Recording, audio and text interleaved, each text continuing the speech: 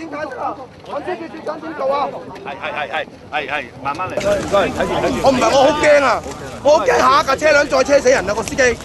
幫下啲屋企人啊！法例你唔高官，特首。我哋呢啲法例咧，我叫佢幫下啲屋企人啊！醉酒冇用啊！揸完之後坐2年監又斬我，喺一個中山咁重型嘅車輛，下一個我點知佢係邊個啊？另外咧，而家最近咧，你整叫幫下啲屋企人啊！我咧係要駕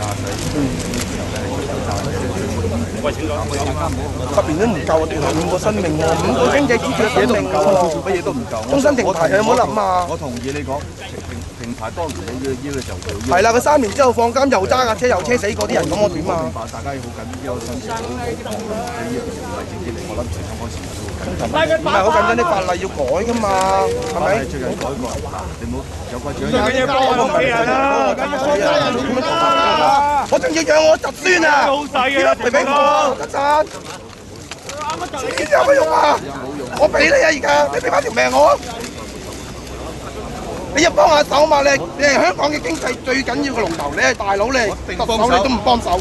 法例咁簡單，你都唔去立，咁重要嘅車輛可以改啊！不及時宜，我都叫個女唔啱就改啦。你教我㗎，做好份工，你做呢份工好唔好啊？我求你，我跪喺度求你好嘛？我求你啊！你俾翻隻仔我啊，好唔好啊？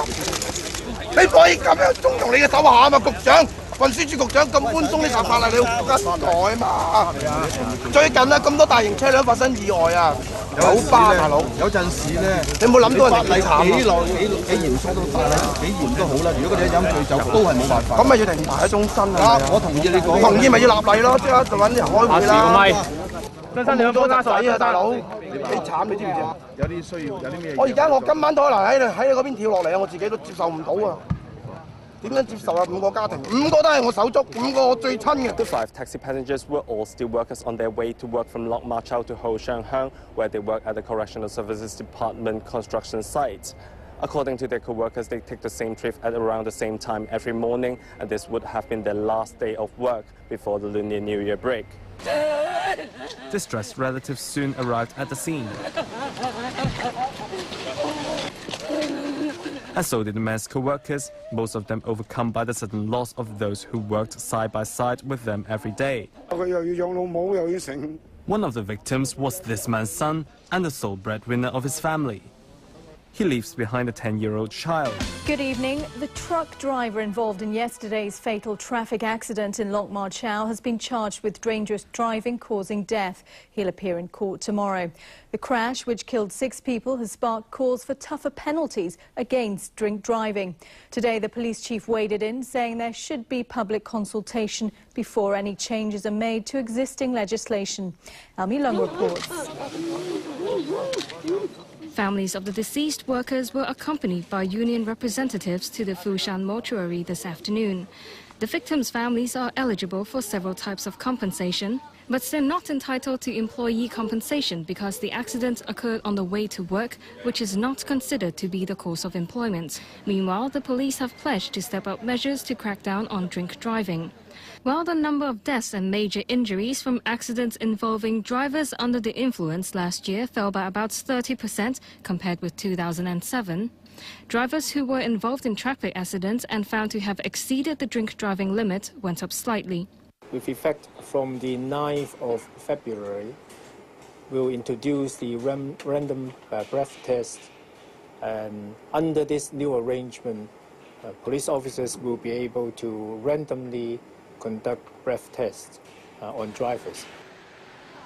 This means breath tests will be carried out not only after an accident. And responding to an outcry for more stringent laws, Tang said it's something that requires further public consultation. He said police will appeal against court decisions to seek heavier punishment if they feel the penalty imposed is not severe enough. Elmi Long, TVB News. The law was amended only last year to increase the penalties for drink driving and for dangerous driving causing death. But some legislators feel the punishment is still not harsh enough to act as a deterrent. 2 deaths back in 2007, which resulted from drivers going behind the wheel under the influence of alcohol, prompted a change in the law. The maximum penalty for drink driving at the moment is a $25,000 fine, 3 years in jail, plus 10 points off the license.